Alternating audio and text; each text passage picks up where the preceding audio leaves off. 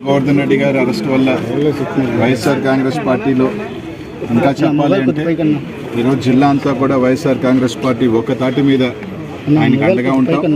తప్పకుండా వైఎస్ఆర్ కాంగ్రెస్ పార్టీ కార్యకర్తలు కానీ నాయకులందరం కూడా తప్పకుండా దీన్ని ఖండిస్తాను. తప్పకుండా ఆయనకు మద్దతుగానే ఉంటాం.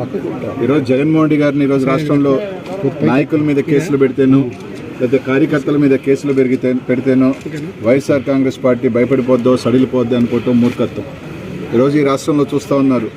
మీరెంత తొక్కితే మీరెన్ని కేసులు పెడితే ఈరోజు ఇంకా బలంగా ఈరోజు కార్యకర్తలు కానీ నాయకులు కూడా రోడ్ల మీదకి వచ్చి ఈరోజు జగన్మోహన్ రెడ్డి గారికి నాయకులకి అండగా ఉండే పరిస్థితులు ఈరోజు అందరూ కూడా చూస్తూ ఉన్నాం. తప్పకుండా ఈరోజు అందరం కూడా కలిసికట్టుగా ఈరోజు జిల్లా మొత్తం కూడా నాయకులు కానీ కార్యకర్తలు కానీ ఈ నియోజకవర్గం ఆ నియోజకవర్గాన్ని కాకుండా అందరం కూడా గోవర్ధన్ రెడ్డి గారికి మద్దతుగా అండగా ఉంటాం. కలిసికట్టుగా పోరాటం చేస్తాం.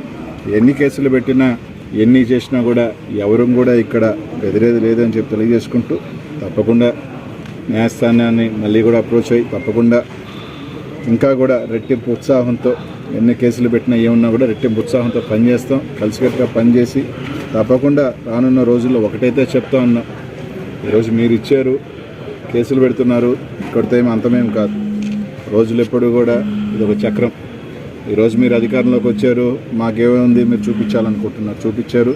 మీరు కూడా ఏ విధంగా కేసులు పెట్టచ్చు, ఏ విధంగా నాయకులను అరెస్ట్ చేయొచ్చు, ఏ విధంగా కార్యకర్తల్ని లోపల వేయచ్చు అన్నది ఈరోజు ఒక మార్గాన్ని సుగమం చేశారు.